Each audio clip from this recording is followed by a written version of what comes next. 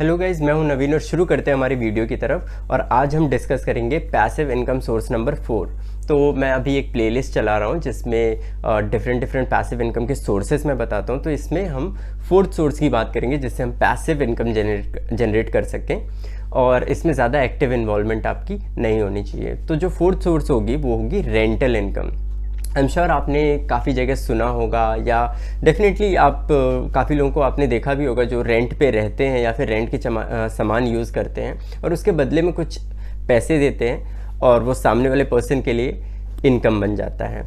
तो सबसे best example जो रेंटल इनकम का आप देख सकते हैं वो होम्स होते हैं। रेजिडेंशियल फ्लैट्स हो गए, रेजिडेंशियल प्लॉट्स हो गए, रेजिडेंशियल जगहें हो गई, कमर्शियल स्टेट्स हो गए, कमर्शियल रियल एस्टेट हो गए। तो ये सब चीज़ों में लोग जो है या तो रहने का पैसा देते हैं या फिर वहाँ पे बिजनेस करने का पैसा देते हैं। ठीक है, तो जो पैसे वो देते हैं वही इनकम बन जाती है। सपोज आपके पास 1 करोड़ रुपीज़ का घर है और उसके ऊपर आप 10 लाख रुपीज़ के अराउंड रेंट देते हैं या 5 लाख रुपीज़ के अराउंड रेंट देते हैं। तो जो रेंट आप देते हैं, हाइपोथेटिकल फिगर है, जो रेंट आप देते हैं वही सामने वाले के लिए रेंटल इनकम बन जाता है। लेकिन उसको इसके बदले में क्या करना पड़ा?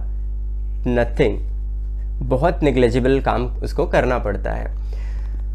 बस अपने प्रॉपर्टी को मैनेज करना होता है और जो भी टैक्सेबल चीज़ें हैं उनको देखना होता है। लेकिन जो इनकम होती है, जो बेनिफिट्स होते हैं इससे रिलेटेड, वो बहुत अच्छे खासे बेनिफिट्स होते हैं और बहुत ही अच्छा इसको पैसिव इनकम सोर्स कहा जाता है। क्यों कहा जाता है? सबसे पहली चीज़, इसमें आप एक फिजिकल एसेट बनाते हैं। फिजिकल एसेट स्टॉक्स की तरह, पेपर एसेट्स नहीं, कमोडिटीज़ की तरह कोई ऐसी मिनरल्स या कोई अजीब सी चीज़ नहीं खरीदते, जो रेयर स्टोन्स नहीं खरीद रहे हैं आप कि उसकी वैल्यू बढ़ती जाएगी, बल्कि आप एक फिजिकल एसेट बना रहे हैं जो कि आपको एक रेंट या फिर इनकम प्रोड्यूस करके देता है। ठीक है, लोग इसमें रहने के लिए या फिर इसमें बिजनेस करने के लिए पैसे आपको देते हैं। तो पहला फिजिकल एसेट, और क्योंकि लैंड हमारे पास कम है, धीरे धीरे कम होती जाएगी तो उसकी वैल्यू हमेशा बढ़ती जाएगी। ठीक है, ऐसा नहीं कि कोई आकर के कह देगा कि नहीं अब इसकी वैल्यू नहीं है तो वो ख़त्म हो जाएगी, ऐसा नहीं है। लोकेलिटी अगर आपकी अच्छी है तो डेफिनेटली उस प्रॉपर्टी का रेट बढ़ेगा ही बढ़ेगा, आज बढ़े या कल बढ़े। ठीक है, तो इस तरीके से आप उससे रेंटल इनकम बनाते हैं।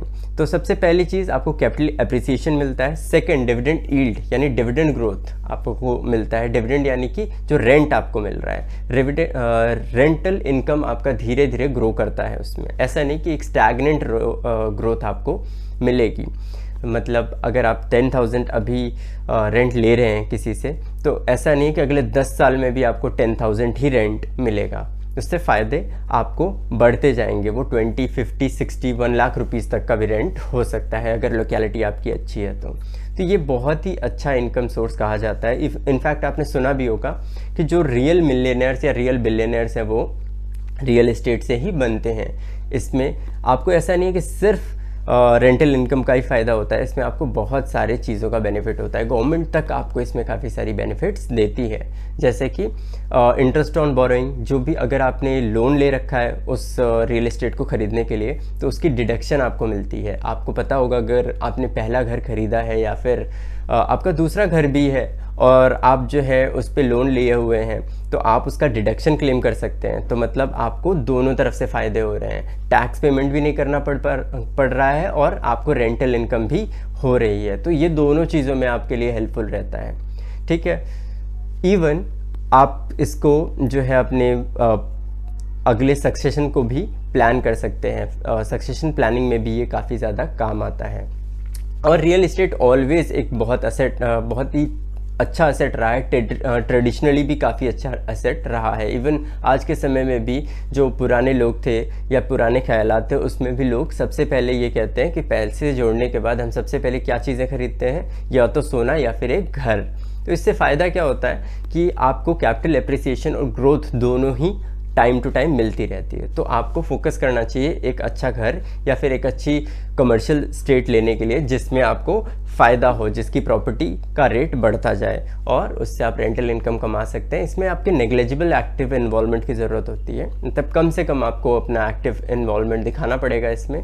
जैसे प्रॉपर्टी मैनेजमेंट आपको ज़्यादा से ज़्यादा करनी पड़ सकती है कि उसमें क्या चीज़ें अगर थोड़ी मोड़ी ख़राब हो रही हैं, जैसे पेंटिंग हो गया, प्लम्बिंग वगैरह, ये सब चीज़ें आपको करवानी पड़ सकती हैं। बट एट दी एंड आप ओवरऑल हमेशा प्रॉफिट में ही रहेंगे। स्टार्टिंग में आपको थोड़ी प्रॉब्लम हो सकती है कि कॉस्टिंग में आप तो ज़्यादा पेमेंट कर रहे हैं, लेकिन धीरे धीरे लॉन्ग रन में आपको इस चीज़ का बेनिफिट आपको दिखता है। ठीक है, तो इससे रिलेटेड कोई क्वेश्चन होता है तो डेफिनेटली आप मुझसे पूछ सकते हैं। Thank you so much.